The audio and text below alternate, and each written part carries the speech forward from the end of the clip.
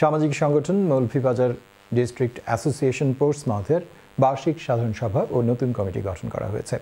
25 বছর ধরে বিভিন্ন সামাজিক উন্নয়নমূলক কাজ করে আসা সংগঠনের দায়িত্বপ্রাপ্ত নতুন নেতৃবৃন্দ আগামীতে সংগঠনকে আরও এগিয়ে নিতে নিরলসভাবে কাজ করার প্রতিশ্রুতি জানিয়েছেন। পোর্টসমাউথ থেকে বিস্তারিত জানাচ্ছেন আবু নাসের চৌধুরী রাহি। 60-এর দশক থেকে পোর্টসমাউথে বাঙালিদের বসবাস। সামাজিক প্রয়োজনে গড়ে উঠেছে বিভিন্ন সামাজিক সংগঠন। বিভিন্ন প্রতিকূলতা মোকাবিলা করে এই সব সামাজিক সংগঠন ব্রিটেনে বাঙালিদের জন্য একটা শক্ত অবস্থান তৈরি করেছে। মৌলভীবাজার ডিস্ট্রিক্ট অ্যাসোসিয়েশন পোর্টসমাউথ একতা, ভ্রাতৃত্ব ও সৌহার্দ্যপূর্ণতার এক অনন্য উদাহরণ। রবিবার স্থানীয় রেস্টুরেন্টে মৌলভীবাজার ডিস্ট্রিক্ট অ্যাসোসিয়েশন পোর্টসমাউথের এজিএম ও নতুন কমিটি গঠিত হয়। ইকবাল মিয়াকে প্রেসিডেন্ট ও সালে এলাহি পাপ্পুকে সেক্রেটারি ও মুজাহিদ হোসেন রিপনকে ট্রেজারার করে 9 সদস্য বিশিষ্ট অফিস বেয়ারার ও 31 সদস্য কার্যকরী নির্বাহী কমিটি গঠিত হয়।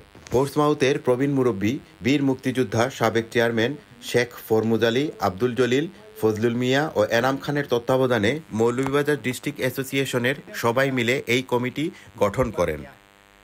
পোর্টসমাউথ কমিউনিটি নেতা ও সাবেক মৌলভীবাজার ডিস্ট্রিক্ট অ্যাসোসিয়েশনের প্রেসিডেন্ট মসুদ আহমদ নতুন কমিটিকে স্বাগত জানান। মৌলভীবাজার ডিস্ট্রিক্ট অ্যাসোসিয়েশন পোর্টসমাউথ একটি প্রতিষ্ঠিত সংগঠন এবং ব্রিটেনের মধ্যে একটি বলিষ্ঠ সংগঠন। আমি নতুন কমিটির কাছে অনুরোধ রাখবো যেন তারা আগামী দিনে মৌলভীবাজার ডিস্ট্রিক্ট অ্যাসোসিয়েশনের ভালো কাজ করেন।